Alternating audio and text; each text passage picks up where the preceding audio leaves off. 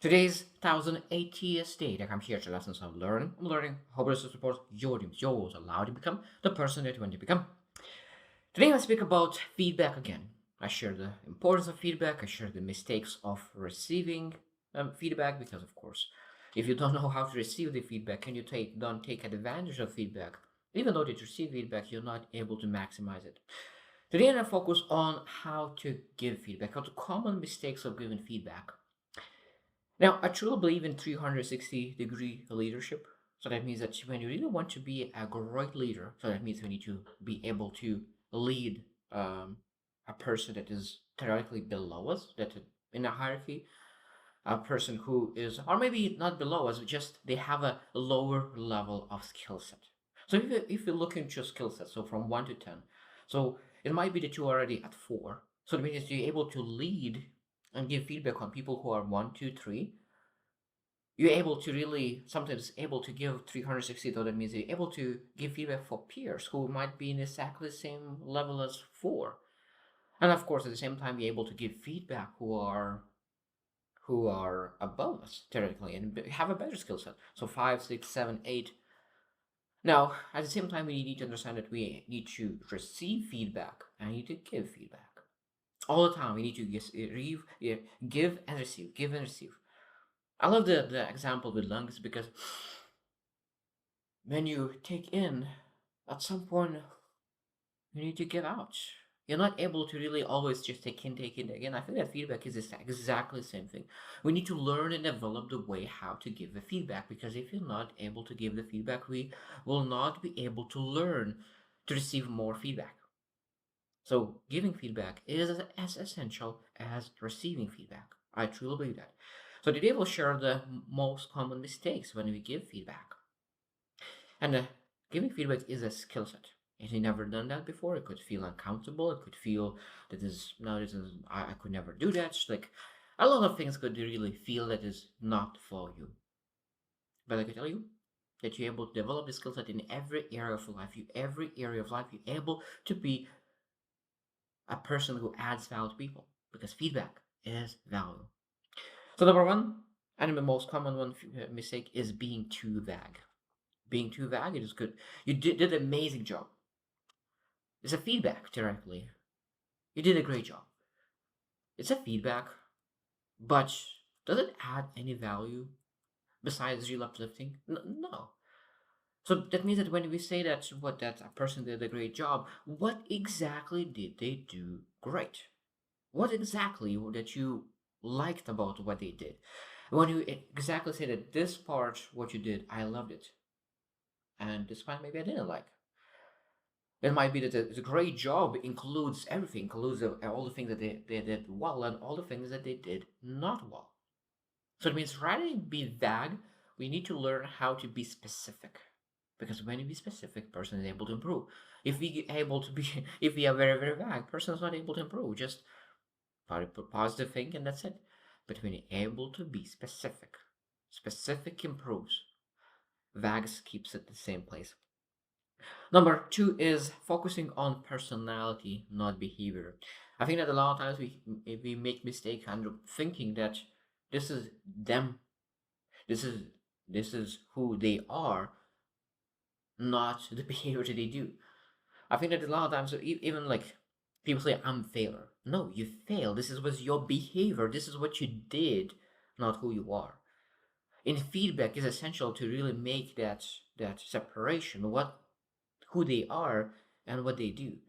Because if we telling them that this is who you are, that's of course one of the biggest mistakes on feedback. Focusing on the personality or the identity rather than on the behaviors that they do. Because feedback needs to be on the things that they do. Now, of course, actually, we able to ask, okay, where those behaviors are coming from? We're able to go asking them those deeper questions. But first, we want to really give a feedback on behavior, on the actions that was taken to lead to this some kind of results, good or bad. Number three is criticism overload or negative biases. And I think that this is very, very, very, very common mistake. We focus on negativity, and I think that's we think that when we will give all the things that a person needs to improve, that gives the most results. But as data shows that when we really do our feedback, three positive things and one negative give the most results, the best results. Why is that? Because we have a tendency to focus on negativity. Have a tendency to focus on negativity. So that means that if we give negativity, we focus on negativity, everything about the behavior becomes negative. Are you able to achieve and achieve great success with negativity? No. We need to learn how to attract positive attitude, how to be positive, how to be optimistic, how to be realistic, how to receive things in a realistic way. Because if we see just negatives, we're not able to see realistic. We're not able to see objective. We start looking from emotional lens that is negative. So being able to really give positive feedback and negative feedback and wrap negative in around the positive, I think that one of the best things. Because negativity comes automatic. Positivity is manual. So that is very, very important. When you give feedback, include positivity. It doesn't matter what it is, but it needs to include genuine positivity in every feedback. Number four, delivering feedback in the wrong time. What is the wrong time for feedback? Number one, the easiest wrong time is when a person is emotional. When a person is on a high. That is the worst time to really give feedback. So that means that it might be that they performed some kind of act and they just still on a super high, just finished. That's the wrong time to give a feedback. Wait until for one day and you're able to really go back and really discuss with a clear mind. Okay, remember what your presentation yesterday? Remember how you did this one and this and this and this. Now, because they are able to be fully present and able to be clear, they're able to review themselves, reflect on themselves properly. When they're on emotional high, they're not able to really understand the feedback. And a lot of times it might be much more defensive because they are on emotional high. So understanding where they are they clear-minded or are they emotional? Because we're not supposed to really give a feedback when someone is on emotional high or emotional low. That means that we need to wait for some for one day just to make sure that they're able to get and receive feedback at the highest level. Number five is focusing only on problems, not solutions. And I think that this is again, I don't think that there is a little bit of value in pointing out the problems. There's a feedback of at the probably lowest level. It sometimes is helpful. Sometimes people don't see the problems, but sometimes if you don't actually give a solution for the problem, that's that feedback is even worse because a person already doesn't know how to change that. Maybe they already know that problem, but because they don't know how to solve it, now pointing out the problem is it's because it's not good as well. Because we know that what you focus on expands. What you focus on expands, and it means if you focus on the problems will expand. So being able to understand it when you give a feedback, if you see the problem, just think about three possible solutions that you could recommend how to solve that. Because to be honest, nobody likes problem pointers. What everybody likes is problem solvers. So if you're able to find the problem, that's great. But if you're able to solve it, that's actually massive value. And the feedback is supposed to give problem finding and problem solution. I think that sometimes we're supposed to really keep our mouth shut if you're not able to see the solution. And if you just see the problem finders is easy to find. Everyone is able to find problems. Everyone is to find negativity. But who is able to find problems? Solutions. And when you're able to find those solutions, that is the best feedback. Number six is make it personal. It means that when we not a solution, but when you think about feedback, that means that feedback needs to be about other person. About other person. We need to put ourselves in other person. Choose what this person need, what that person benefit of. So it means when I say make it personal, that's the big mistake is that feedback is not about us. So it means we giving feedback for them, not for us. So that means it might be that when we give a feedback, we're looking at how would I like his act, how would I like his presentation, how would I like his sales, how would I like. That means that we putting ourselves in a feedback. I think that we need to be very, very careful asking, what do I like? And yes, what people, like what is in general, what would help this person? Because it might be that we are total different people. And what works for one person doesn't work for another. What works for one another. So that means that we understand that we need to put ourselves in other person's shoes, like what this person needs. And let's say what I need. A lot of times people say like when people uh, uh, give gifts, a lot of times people give gifts what they would love by themselves. And if it's feedback, not supposed to be that way. We're supposed to be give a feedback what they want, not what we want. And then that's a big mistake. Number 7 is not listening or encouraging dialogue. That means feedback. A lot of times it seems that it's one-way direction, and I think that is a big mistake. I think that feedback is two-way conversation, because when you give a feedback, we need to still understand the conversation. We need to understand what other person understood on your feedback, especially at the beginning when you're learning how to give a feedback. We need to understand what they received with that feedback. What was the key points of the feedback? And might be that you wanted to deliver one feedback, one message, but they received all different. Because I love one of my coaches said that the biggest misconception is that sometimes people believe that communication happens. What it means is that a person really that was trying to deliver one message, but the other person received total different message. So being able in the feedback understand that feedback loop, understanding what they received, is that feedback is right. That is a really encouraging that dialogue, understanding, really removing all the things that is not that clear, and really have that clarity. Full clarity is important. Number 8, using absolutes. We're never supposed to use absolutes. Again, never supposed to use absolutes. And I use it by myself. And probably there's sometimes absolutes are right. Laws are gravity. If you will jump from the window, of course you will fall down. That is a law. Will never change. But in general, in personal growth, we need to find a way how to say that this time, not never. You never speak about this. No, this time you didn't speak about this.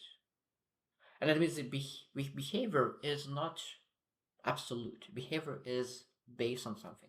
So it means being able to really not give those absolute words, but saying that, because when we give absolutes, it does that it creates defensiveness. Because no, I'm not always, just sometimes, just once in a while. So if don't want to create defensiveness, we need to say that. So this time on Friday at 6 p.m. when you were sharing this message, like this what happened. Not saying that every single Friday when you do this, like this is what happens. No, I think that we need to really point out specific situation when something needs to change, that behavior that you think that needs to be changed. Number 9 is overloading with feedback at once. Overloading at feedback at once. Of course, that we want to really develop other person. We want to add value. We want to pour our heart, and we want to give everything. You need to prove this. You need to prove this. You need to prove this. You need to prove this. You need to prove this. But I learned that the more you give, the less they get. The more you give, the less they take. Because they start thinking, reflecting on this one, how this one works, how this one works, and nothing gets implemented. So sometimes really focusing on one thing and one thing only. So it means you see that the person needs to improve 10 things. What are the number one thing that could they give the most ROI when it will change that? I think that is the key, because when I started giving feedback as well, I used to give so many things that I think that a person needs to improve. But it confuses people, it doesn't allow to improve.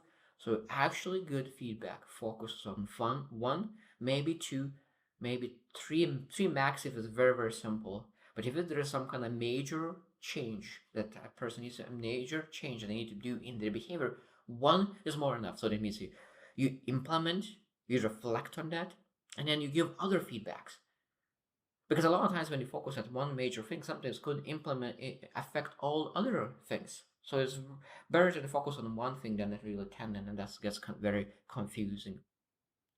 Number 10, ignoring emotional intelligence. That means that we need to understand that emotions where people are, and again, that's part of real understanding where a person are. A person is willing to change. Because sometimes we give a feedback, and feedback will go directly to a hole because nobody is here, nobody is listening. And being able to understand where a person is in their mind space, in their understanding, is very, very key. So emotional intelligence is always one of the key aspects of success because we need to understand where the other person is. It might be that they have a terrible day, terrible week for different reasons, external, internal. Being able sometimes not to give a feedback, but asking how they are doing and elevating their energy is the key to success. Sometimes being able to elevate someone's being, and when they elevate it, then giving a feedback sometimes could be much, much better. Because if a person is already super low and you give a feedback that makes them feel lower, they will not implement because they're not willing to change. So sometimes, rather than giving feedback, it's much better to elevate someone by asking some questions. Because sometimes just asking a few questions and being and listening and allow other person to be heard is a key to success. Because as a person, when you feel heard, now you're able to be, they are much more willing to listen what you have to say.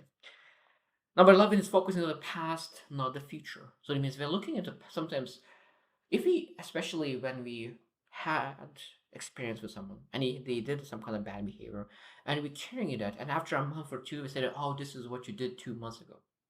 It might be that they're not doing anymore. So we're not supposed to really carry feedback for a long time. Because it might be a person made a mistake and they don't do that anymore. So that means the feedback that you give about the past doesn't serve them anymore. Feedback always is supposed to be oriented to the future. So that means that when you think about the feedback behavior, I remember that you did this one. I know that's what you're doing right now. Maybe you're able to ask them what you're doing right now to really solve that. Maybe they already solved it. And you're looking, what will do in the future? Rather, because all feedback needs to be based on improving future, improving but getting better in the future. Take actions that really not fix, but improve the future. All feedback needs to be oriented to future, not about fixing the past. Past, no one will change it. Because the past is the past. But what you will do in the future. And the last one is that not following up. I think it's very, very important that both sides follow up. That means that person who is asking for feedback, they're supposed to ask for feedback again. But at the same time, person who gives the feedback, if a person who gave feedback initiated because they didn't want to add value, we need to follow up. How they implemented that feedback, what they learned from that, and I really look into if their feedback actually was beneficial.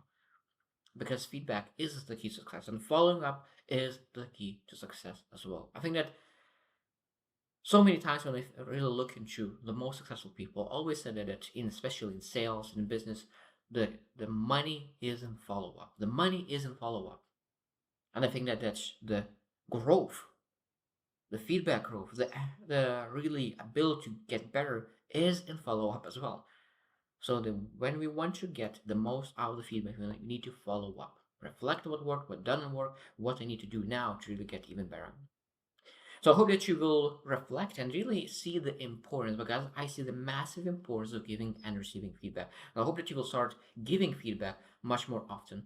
Now, I know that we need to understand if a person is willing to receive feedback. That's the key as well to learn, but it is a topic for another day. So I hope you choose to win and see you tomorrow.